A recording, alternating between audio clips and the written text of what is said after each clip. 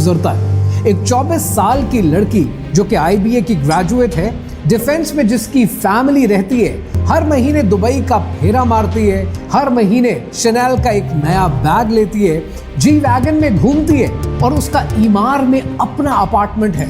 जब आप उसके इंस्टाग्राम पर नजर डालते हैं तो आप उसके बायो में लिखा देखते हैं कि entrepreneur, influencer, living my best life अल्हम्दुलिल्लाह। लेकिन इस सारी बेस्ट लाइफ के पीछे एक सवाल आपके जहन में आता है कि अगर ये लड़की एंटरप्रेन्योर है, इन्फ्लुएंसर है, तो इसका कारोबार क्या है, इसका स्टार्टअप क्या है, इसकी टीम क्या है, इसकी प्रोडक्ट क्या है? ये कुछ भी नहीं होता। फिर आप इसके कंटेंट पर निगाह डालते हैं तब आपको ये पता चलता है कि इसकी तमाम पोस्ट के अंदर कोई ब्रांड डील्स नहीं है, यानी कोई शाउट आउट का और PR का पैसा भी नहीं है। आप इसके कंबाइंड कंटेंट को देखते हैं तब आपको ये पता चलता है कि टोटल 12,000 व्यूज आज तक हुए हैं, यानी यहां से भी इनकम नहीं आती है। लेकिन हर महीने 15 से 18 लाख रुपए कैसे बन जाते हैं?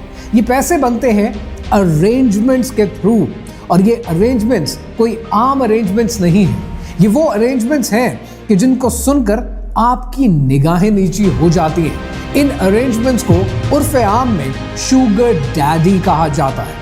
पहला अरेंजमेंट एक 52 साल का टेक्सटाइल मिल ओनर है जो शादीशुदा है, लेकिन इस लड़की को हर महीने 5 लाख रुपए देता है। दूसरा अरेंजमेंट एक 48 साल का ब्यूरोक्रेट है, वो भी शादीशुदा है और हर महीने 4 लाख रुपए देता है। और तीसरा अरेंजमेंट एक ओवरसीज पाकिस्तानी है जो 45 साल उम्र का है, डिवोर्स्ड है, और जब पाकिस्तान आता है इस लड़की को 6 लाख रुपए महीना देता है। तो इस तरह मंथली इनकम 10 से 15, 15 से 18 लाख रुपए बनती है।